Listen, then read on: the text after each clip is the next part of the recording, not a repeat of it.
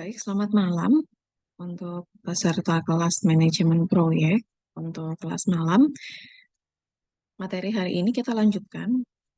Dari minggu lalu kita sudah masuk ke knowledge area kelima ini ya, mengestimasikan. Nah, sebelum itu saya informasikan terkait dengan penugasan yang kemarin sudah diunggah. Apabila ada catatan yang saya tuliskan di kolom komentar, tolong segera dilengkapi nggih, untuk bisa mendapatkan nilai yang lebih baik. Nanti akan saya ubah apabila sudah dilakukan perbaikan. Dan bagi yang belum mengunggah, saya persilahkan untuk melakukan pengunggahan.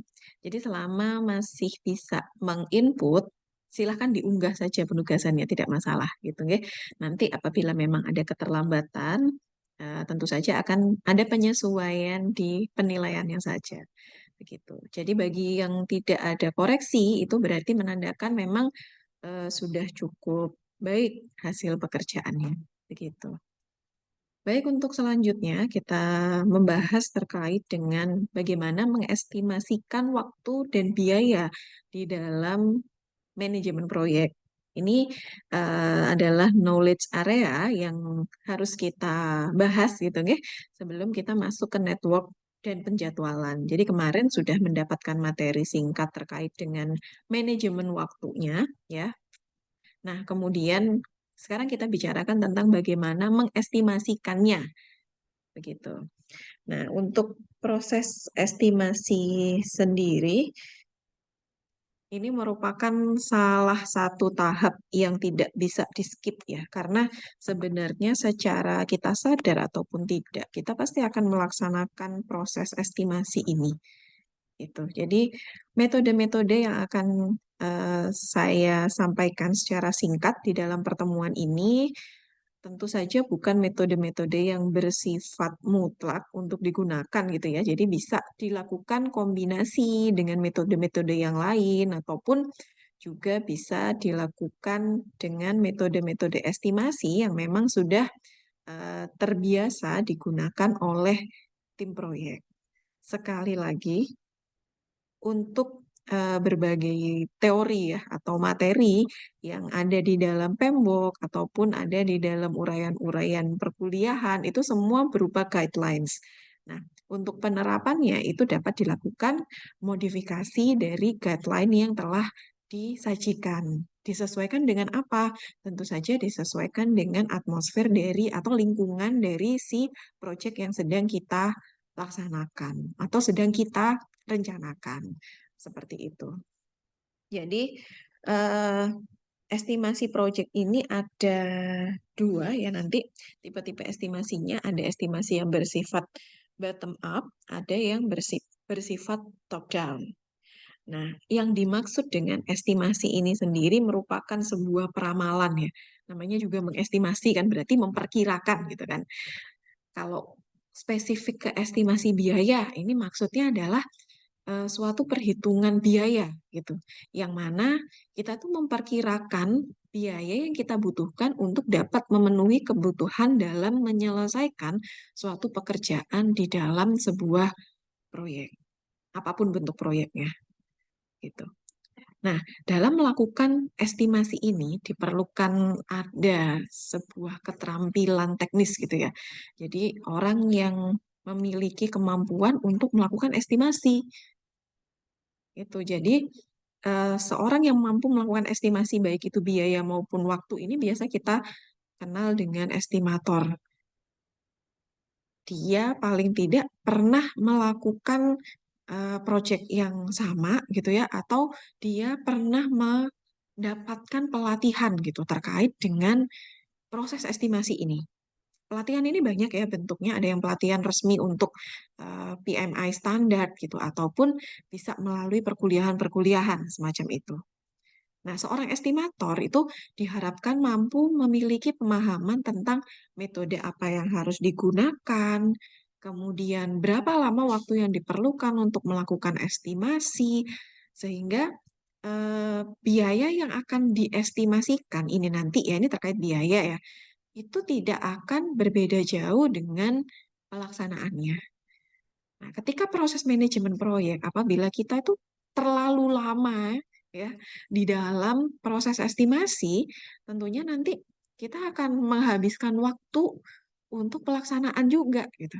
Jadi kita mengestimasikannya itu di tahun 2021 misalkan, kemudian proyek kita itu akhirnya jadi molor karena estimasi kita lama. Pada akhirnya malah menjadi bias untuk estimasi yang kita buat karena jangka waktu yang terlalu panjang gitu. Nah, untuk melakukan estimasi ini, luarannya itu adalah nanti hasil perencanaan. Nah, kalau kita cari nih keyword ya, seperti apa sih perencanaan yang baik gitu. Nah, tentu saja kita nanti akan mendapatkan garis besar berupa perencanaan yang baik adalah gitu kan, perencanaan yang selesai dengan waktu yang hampir sama atau persis sama dengan yang ditentukan.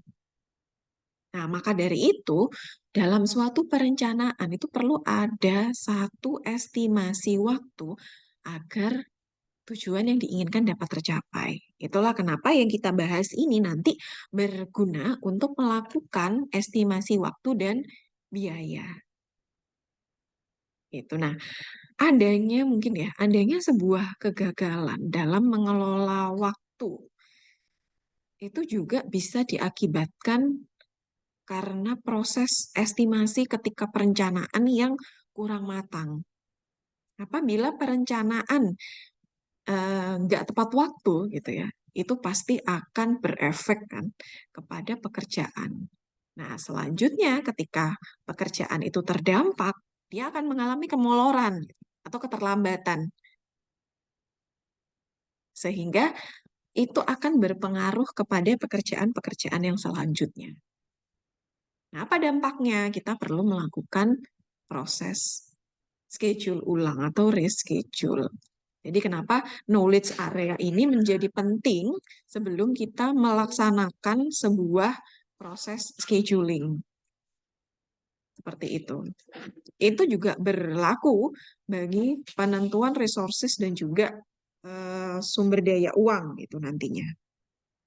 Nah, ini sekilas tentang kenapa sih kok estimating itu menjadi satu knowledge area yang cukup penting di dalam project management. Yang pertama, karena ini. Nah, yang pertama ini, ketika kita punya estimasi yang baik, gitu, kita bisa menjadikan dasar sebagai dasar gitu ya dalam pengambilan keputusan. Pengambilan keputusan apa? Ya tentu saja nanti ketika kita menentukan network pekerjaan. Itu semua berasal dari estimasi ini. Ketika nanti kita masuk ke network pekerjaan, yang akan kita inputkan itu adalah berapa lama waktunya, berapa biayanya. Itu tidak akan bisa kita buat dengan akurat apabila akurasi estimasi yang kita buat juga kurang baik. Seperti itu. Kemudian, nah ini ya, tadi sudah kita bahas bahwa itu berpengaruh kepada schedule. Kemudian, ini juga berpengaruh kepada schedule. Nah, ketika kita membuat sebuah estimasi, kita akan mengukur ini. Apakah memang proyek yang akan kita rencanakan ini memang benar-benar worth it untuk dilaksanakan atau tidak? Atau berdasarkan hasil estimasi ternyata, oh ini terlalu panjang waktunya gitu. Sehingga kita harus mencari alternatif proyek bentuk yang lain nih untuk menyelesaikan permasalahan. Jadi apa yang harus kita otak-atik mungkin nanti masuk ke dalam segmen scope project yang harus kita mainkan. Seperti itu. Kemudian, nah ini cash flow, ini yang tidak kalah penting. Sama halnya dengan network pekerjaan, biaya itu kan juga menjadi salah satu tolak ukur keberhasilan proyek ya. BMW seri S kemarin ya, biaya, mutu, waktu, dan scope project. Nah, ini juga munculnya dari estimasi. Kemudian ketika kita punya estimasi, kita itu jadi punya ukuran seberapa baik sih performance dari proyek kita. Kalau kita tidak membuat sebuah estimasi atau baseline data, kita tidak akan punya ukuran untuk mengatakan bahwa proyek kita ini well doing loh, gitu, bagus loh. Kita nggak akan punya dasar untuk itu. Nah, ketika kita punya estimasi atau baseline data, kita bisa mengatakan bahwa memang proyek kita ini berjalan dengan baik. Nah, ada beberapa hal yang memang bisa menimbulkan pengaruh terhadap apa kualitas dari proses estimasi yang kita buat ini nanti. Seperti yang ada di layar, bagaimanakah perencanaannya, kemudian faktor-faktor lain ini biasanya berkaitan juga dengan stakeholder, kemudian organisasi yang ada itu culture-nya seperti apa, itu juga akan mempengaruhi estimasi apakah ini berkaitan juga dengan culture resiko biasanya ya, apakah si project manager itu memiliki culture resikonya itu cenderung yang risk taker atau dia justru cenderung seorang yang risk averse atau risk netral. Nah, itu semua akan mempengaruhi bagaimana dia akan membuat sebuah estimasi bersama estimator gitu. Kemudian padding estimate-nya. Nah, ini dasar atau baseline data dari ketika kita melaksanakan estimasi. Itu juga akan mempengaruhi bagaimana proses estimasinya. Apakah kualitas data yang kita gunakan ketika proses estimasi itu bagus atau tidak, lengkap atau tidak, akurat atau tidak, terbaru atau bukan, gitu ya. Itu juga akan menentukan bagaimana kualitas estimasi kita nanti. Orang-orang yang melakukan estimasi tadi, seperti di awal saya katakan, punya pengalaman nggak? Punya basic informasi yang kuat nggak tentang metode-metode estimasi? Gitu. Kemudian durasi project ini juga akan mempengaruhi. Ketika kita punya durasi proyek yang memang di-push untuk segera selesai gitu ya, maka proses estimasi yang akan kita lakukan juga singkat. Singkat bukan berarti nanti akan kualitasnya jelek ya. Singkat apabila dilaksanakan oleh orang yang memang memiliki kemampuan ya, seorang estimator yang handal gitu ya. Dia seorang expert judgment, nggak masalah sebenarnya. Malah itu akan meningkatkan kualitas dari estimasi. Tapi kalau dilakukan oleh tim yang memang benar-benar baru berhadapan dengan proyek, tentu saja ini akan menimbulkan pengaruh. Kemudian struktur organisasi proyek karena berkaitan dengan siapa yang nanti akan mengambil keputusan. Nah, ketika kita akan melaksanakan atau akan membuat sebuah estimasi ya pada tahap awal penentuan proyek nih ya, penentuan biaya maupun penentuan waktu, ini tentu saja kan sangat diperlukan dalam mengambil keputusan dengan estimator proyek gitu kan ya. Nah, ini ada guidelines yang perlu kita perhatikan, ada 7 poin ini. Yang pertama adalah tadi sumber daya manusia yang akan terlibat di dalam proses estimasi itu sebisa mungkin merupakan orang-orang yang memang ini familiar dengan pekerjaannya. Jadi dia tahu nih waktu untuk menyelesaikan pekerjaan A, B, C itu dia tahu berapa lama normally akan selesai, berapa lama worst case-nya gitu, atau yang terparahnya itu akan selesai. Gitu. Kemudian eh, estimasi ini juga akan lebih baik ketika dibuat dalam tim, jadi bukan dikerjakan sendiri gitu. Supaya apa? Ketika kita ada kebingungan atau kerancuan dalam data, itu kita memiliki tim untuk melakukan diskusi. Kemudian ketika kita membuat estimasi, kita coba untuk apa ya, memikirkan gitu ya, memikirkan bahwa kita sedang berada di kondisi yang normal, bukan berada di kondisi yang terburuk atau di kondisi yang terbaik. Nah, nanti ini juga akan dipengaruhi oleh metode apa yang kita gunakan. Ketika kita menggunakan metode perbandingan, maka kondisi yang harus kita bayangkan ketika melakukan estimasi itu bukan hanya normal, tapi adalah best condition dan juga worst condition. Kemudian kita akan melakukan perbandingan. Itu nanti akan kita bahas di metode estimasi. Kemudian pemilihan metode ini juga harus menggunakan metode yang kira-kira efektif dan efisien sesuai dengan timeline dari si project. Dan yang terakhir, resources yang kita pilih atau kita gunakan dalam proses estimasi ini jangan menggunakan resources yang berlebihan. Pilihlah yang dalam level normal, karena nantinya juga akan berpengaruh kepada penentuan anggaran. Gitu. Kemudian ketika kita menggunakan unit atau satuan gitu ya dalam proses estimasi, sebisa mungkin jangan berganti-ganti. Gunakan sebuah standar yang disepakati dalam tim proyek untuk menentukan estimasi.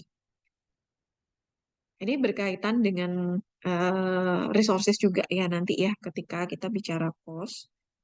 Ini kan ada material gitu misalkan. Nah, material ini kan ada satuannya. Nah, kita tuh perlu untuk menstandarkan satuan tersebut.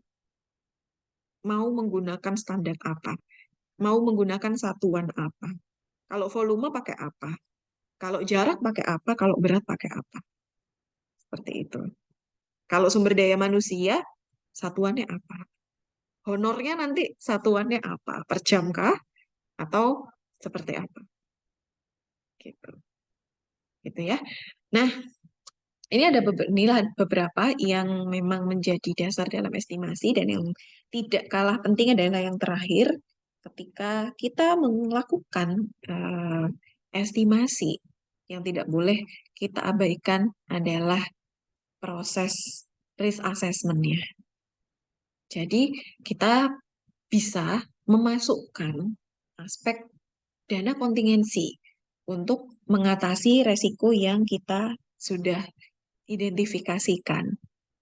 Ketika kita tidak memasukkan aspek ini ke dalam proses estimasi biaya, kita pasti akan mengabaikan yang namanya dana kontingensi.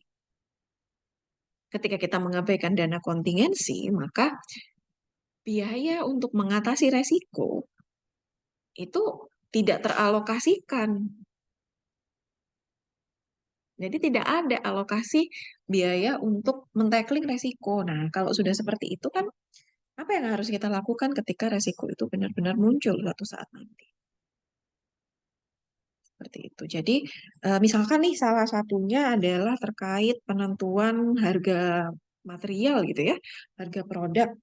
Nah, kita perlu melakukan risk identification terkait material ini. Apakah dalam kurun waktu 1 tahun dia akan mengalami kenaikan, ataukah dalam 1 tahun dia akan mengalami kelangkaan? Nah, itu perlu kita identifikasi. Ketika dia akan mengalami kelangkaan, kita perlu melakukan estimasi ke depan. Kita lihat pada tahun selanjutnya ketika proyek ini akan berjalan, berapa sih estimasi kelangkaan yang terjadi gitu. Separah apa sih? Harganya mungkin akan naik berapa persen sih? Maka harga itulah yang idealnya digunakan. Dan yang tidak boleh ditinggalkan juga adalah resiko terkait dengan pajak. Itu. Itu juga harus kita include-kan di dalam estimasi. Ini kalau biaya nih, terkait dengan estimasi biaya. Begitu. Oke, nah ini ada beberapa metode untuk melakukan estimasi, baik itu biaya maupun waktu. Jadi ada top down, ada bottom up. Ada dua ini pendekatannya. Tidak ada yang paling benar, tidak ada yang paling baik, karena semuanya bisa digunakan sesuai dengan kondisi project. Jadi silakan pengelola project dan juga user atau pemilik project untuk sama-sama apa menentukan kira-kira estimasinya ini cocoknya menggunakan bottom up atau menggunakan top down. Oke.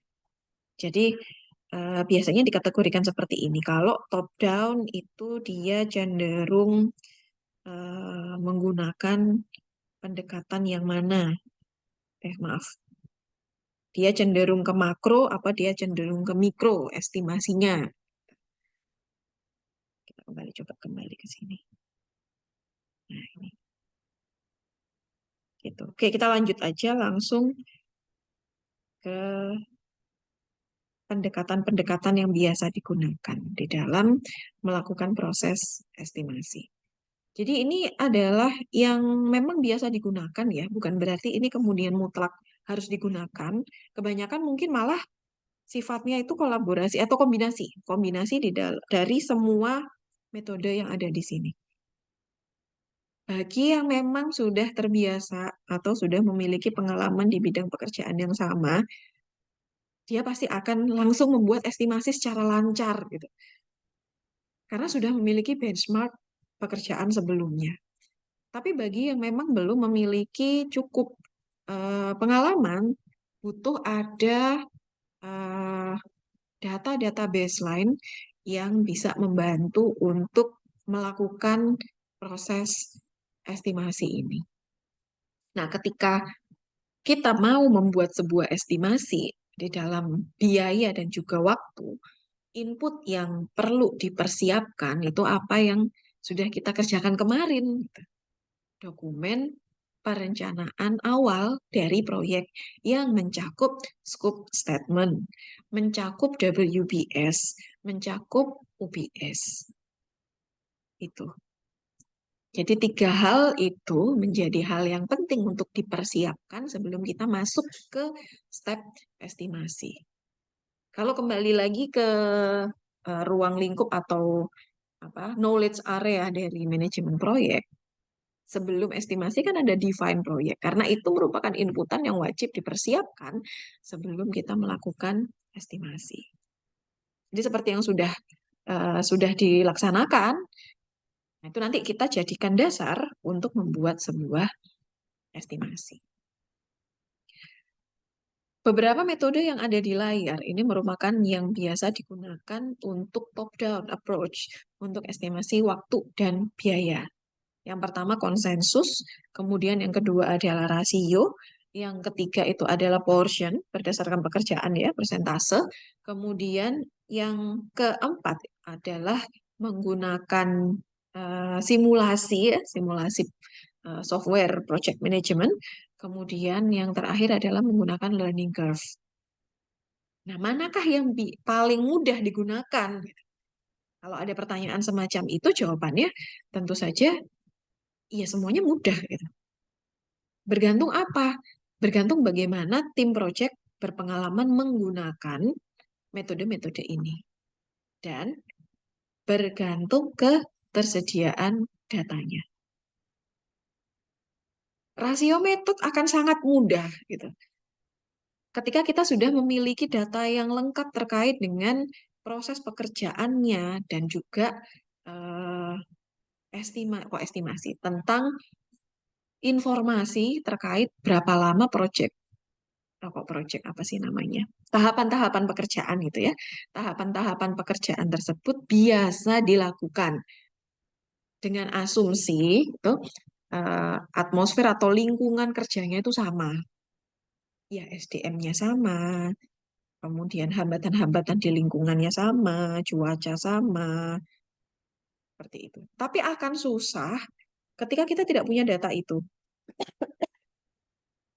Informasi terkait berapa lama proyek per aktivitas di dalam WBS itu dilaksanakan, kita nggak punya.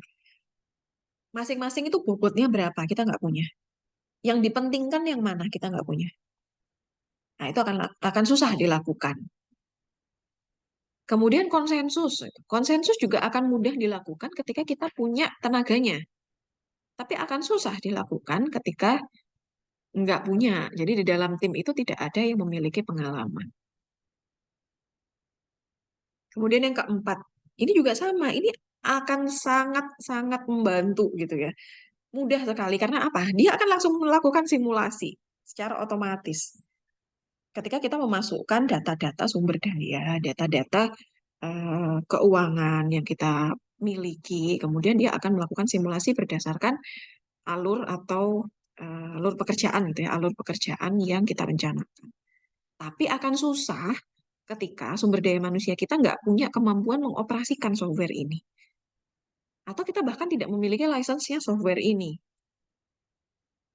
Jadi intinya jangan terlalu memaksakan memilih metode yang menurut sebuah paper atau menurut expert judgment itu baik gitu. Karena belum tentu itu akan baik untuk tim project yang sedang kita miliki gitu. Jadi tiap tiap tim project itu kan unik ya. Orang-orangnya unik, walaupun jenis proyeknya sama, tapi kalau orangnya beda itu adalah sebuah uniqueness. Metode-metode yang dipakai di dalamnya itu juga bisa beda. Gitu. Gitu ya. Nah, ini adalah untuk cost ya, ini diagram yang ada di layar ini untuk budget atau cost estimation proses itu adalah seperti yang ada di layar ini. Jadi proses sebelumnya itu kita sudah ngapain aja. Ini juga proses perencanaan, ini estimasi juga kan. Kemudian dari proses sebelumnya ini akan menjadi rencana manajemen biaya, akan menjadi rencana manajemen SDM, kemudian acuan ruang lingkup gitu ya, penentuan, kemudian jadwal proyek, daftar risiko, dan yang lain-lainnya.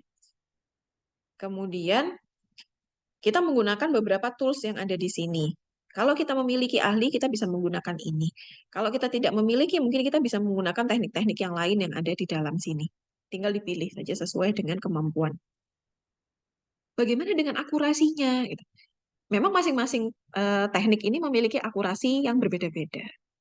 Cuma kita kembali lagi kepada ketersediaan sumber daya di dalam tim kita. Jangan memaksakan memilih akurasi terbaik, tapi sumber daya yang kita miliki tidak mampu. Itu sama saja dengan mempersulit. Malah jadi lama gitu nanti. Padahal kan kita dikejar-kejar waktu juga nih ketika kita melaksanakan proyek. Nah, dari sini luarannya berupa estimasi biaya aktivitas, kemudian baseline dari estimasi, kemudian update dokumen proyek. Jadi kalau dokumen proyek yang sebelumnya isinya baru sampai perencanaan-perencanaan ini gitu ya, termasuk WBS kemarin, maka setelah kita melakukan estimasi ada tambahan data nih bahwa kita sudah memiliki perkiraan masing-masing pekerjaan itu selesainya kapan, berapa lama. Baru kemudian nanti kita lanjutkan ke matriks. Oh maaf kok matriks, jaring-jaring pekerjaan. Gitu. Ini contoh ya, contoh bentuk untuk metode portion. Jadi kita menentukan dulu berapa persen sih kebutuhan atau tingkat kepentingan masing-masing pekerjaan. Contohnya seperti ini nih, kita punya project untuk pembuatan software nih. Total projectnya sekian, kemudian kita punya WBS seperti ini. Nah, untuk bisa mengalokasikan sumber daya, kita menentukan tingkat kepentingannya berdasarkan persentase. Nah, tingkat kepentingan ini gimana cara mengestimasikannya? Biasanya ini juga diukur berdasarkan berapa banyak pekerjaan yang harus diselesaikan dalam satu work package, dalam satu ini. Kemudian yang selanjutnya itu ada juga estimasi dengan menggunakan pendekatan produk ataupun project life cycle. Jadi tahapan project kita itu seperti apa? Tahapan deliverable dari proyek kita apabila memang proyek tersebut berupa produk itu seperti apa kita susun. Kemudian kita buat mulai dari detail estimate-nya dulu. Deliverable 1, deliverable 2, 3 itu kita susun satu persatu. Baru kemudian kita nanti akan bisa menghasilkan makro estimate ini.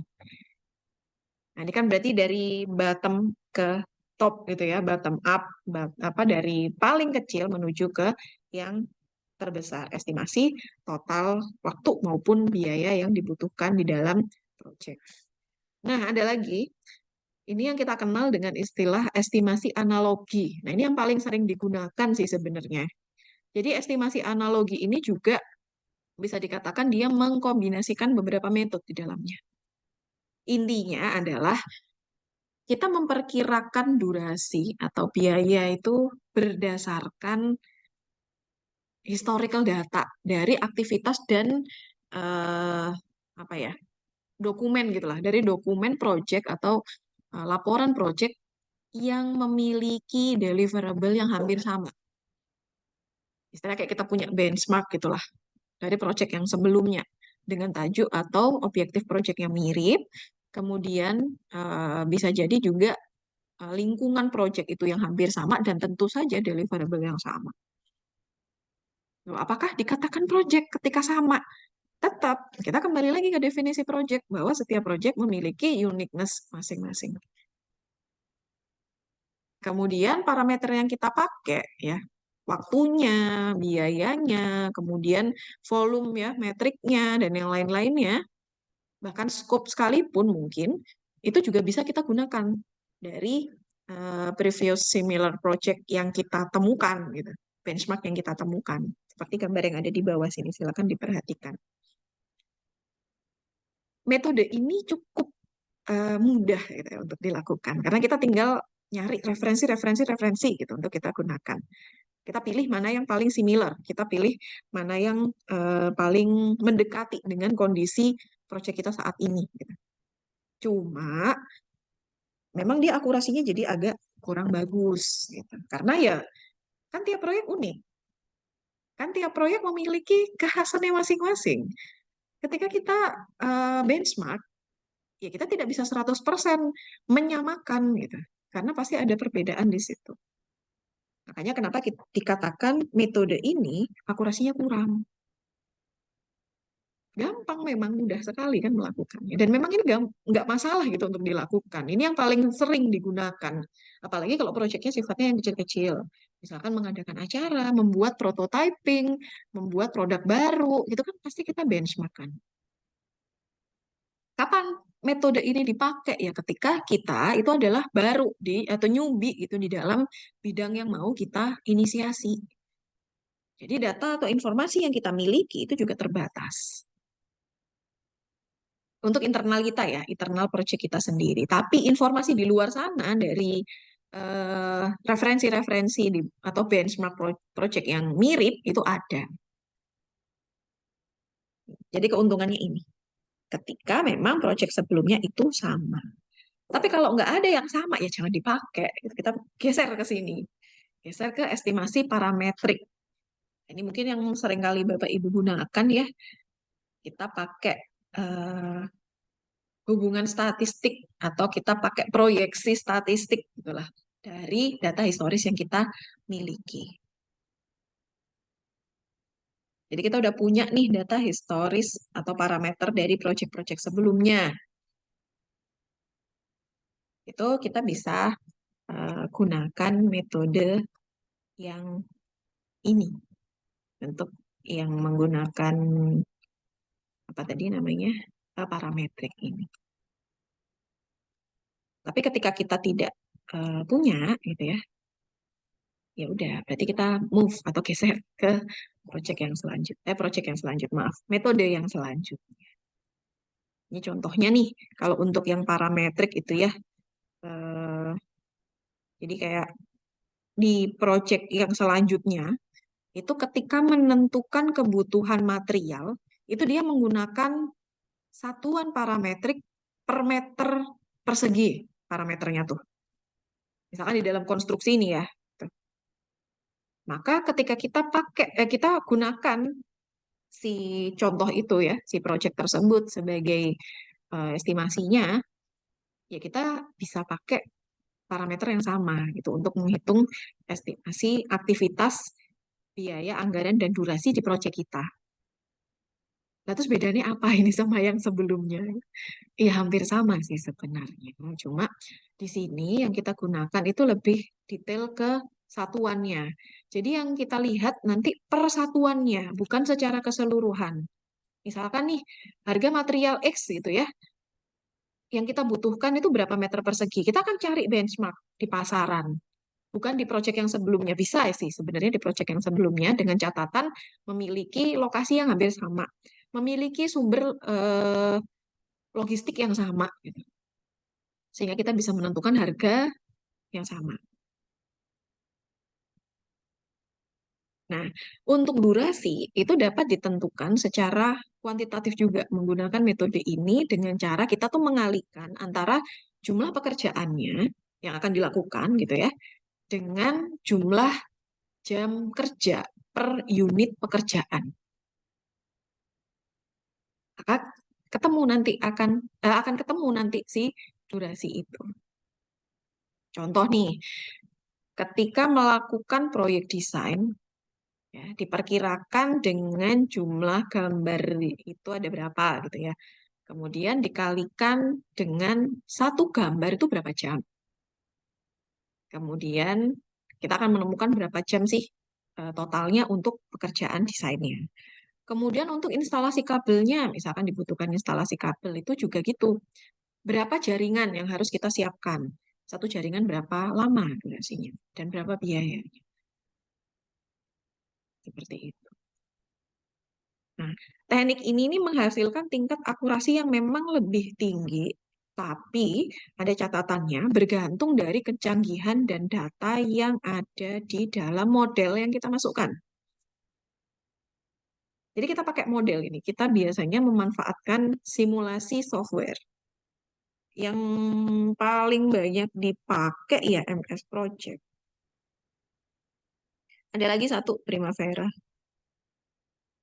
Ini tim SIG Project Tuban sama Rembang dulu pakai sih yang di Gresik waktu itu perencanaannya. Primavera dan MS Project. Cuma sekarang banyak sih sebenarnya pilihan-pilihan simulasi-simulasi ini bahkan sekarang tuh sudah lebih otomatis gitu ya.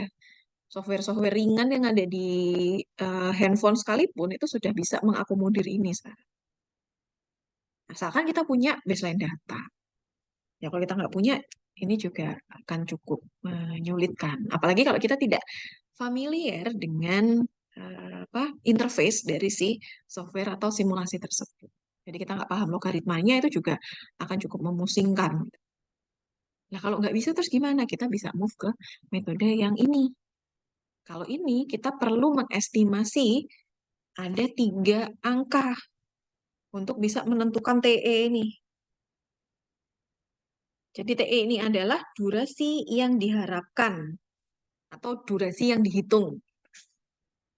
Kalau ini ya, kita geser ke sini. Nah, TE, ini tadi ya TE. TE itu kan durasi yang kita inginkan gitu kan. Komponen dari TE itu tadi kan ada TO, ada TM, ada TP. Apakah TO, TM, TP ini ada di sini? Silakan dicek. Jadi tadi TE itu kan gini. TE sama dengan dalam kurung TO tambah TM tambah TP per 3 di rata-rata. Ini TE. Jadi kita perlu menentukan the best case condition, the most likely condition, dan the worst case condition. Jadi kita harus punya 3 waktu maupun biaya. Ini bisa untuk time atau cost. Bisa kedua-duanya. Tapi harus memiliki 3 nilai ini. Baru kemudian kita hitung, akhirnya kita ketemulah TE dari satu pekerjaan gitu. Tadi misalkan rangkaian listrik, tadi ya rangkaian listrik untuk berapa jaringan, berapa area, itu best case estimate-nya berapa waktunya, berapa biayanya. Kemudian ada yang biasanya nih, most likely-nya itu berapa. Kemudian yang terakhir, ketika ada force major atau ada kondisi yang benar-benar parah banget yang berdasarkan histori itu pernah terjadi, itu kita masukkan the worst case estimate-nya. Nah, ini kalau saya bicara soal yang pernah terjadi, ini bukan berarti di Indonesia itu kondisi terparahnya apa gitu, enggak ya. Tapi kita kembalikan ke jenis proyeknya. Proyek yang sebelumnya dengan similarity yang paling besar, itu kira-kira worst case-nya itu kayak apa sih? Gitu. Ini juga kembali lagi kepada risk management. Bagaimana kita mengidentifikasi resiko yang mungkin muncul. Jadi dipengaruhi oleh itu. Gitu. Seperti itu, ya. Nah, ketika kita sudah memiliki semuanya, kita juga perlu untuk melakukan sebuah eh, apa sih istilahnya kayak pengecekan kembali di dalam hasil estimasi yang sudah kita lakukan. Apakah memang sudah sesuai? Apakah masih perlu untuk diubah kembali? Begitu. Jadi intinya seperti itu untuk proses estimasi. Nah, proses estimasi ini akan bermanfaat untuk selanjutnya Bapak Ibu sekalian menentukan sumber daya yang dibutuhkan, waktu, dan juga anggaran. Jadi RAP selanjutnya itu bagaimana, kemudian waktu, ya jaring waktu itu bagaimana untuk bisa menentukan alokasi waktu proyek secara keseluruhan itu berapa. Begitu.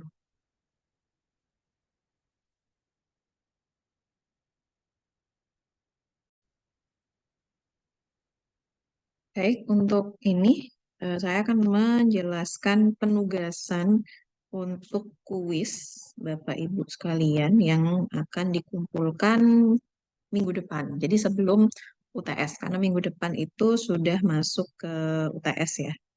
Oke. Tugas. yang harus diselesaikan setelah kemarin sudah menyelesaikan WBS-nya, kemudian sudah membuat OBS-nya juga, sudah membuat matriks raci juga ya. Bagi yang belum, monggo dilengkapin untuk matriks racinya. Nah, selanjutnya dari OBS itu, ya, dari OBS yang sudah dibuat, silahkan dibuat deskripsi, job description untuk masing-masing pekerjaan. Nah, job description yang dibuat tentunya harus berkaitan dengan racinya. Jadi kalau memang di raci ditulis dia accountable terhadap satu pekerjaan, maka di dalam job description harus muncul. Itu yang pertama. Kemudian yang kedua, setelah ada WBS yang sudah disusun, silahkan dibuat estimasi alokasi masing-masing waktu pekerjaan. Jadi setiap pekerjaan di sini ini membutuhkan waktu itu berapa. Ini untuk lakukan estimasi kasar aja dulu sebelum kita minggu depan setelah UTS akan mempelajari tentang CPM dan PERT. Gitu. Kemudian yang kedua, setelah membuat alokasi waktu, juga buat alokasi cost-nya.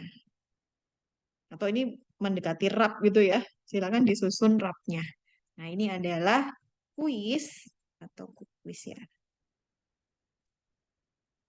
untuk sebelum UTS.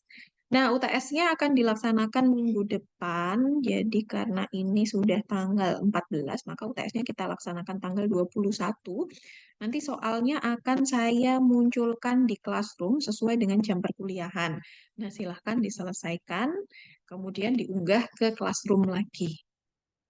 Seperti itu. Untuk tugas ini silakan diselesaikan boleh dalam bentuk Excel, boleh dalam bentuk Word, boleh juga dalam bentuk PPT bebas. Yang penting saya harap dikumpulkan sesuai dengan waktu yang sudah saya alokasikan. Seperti itu. Terima kasih.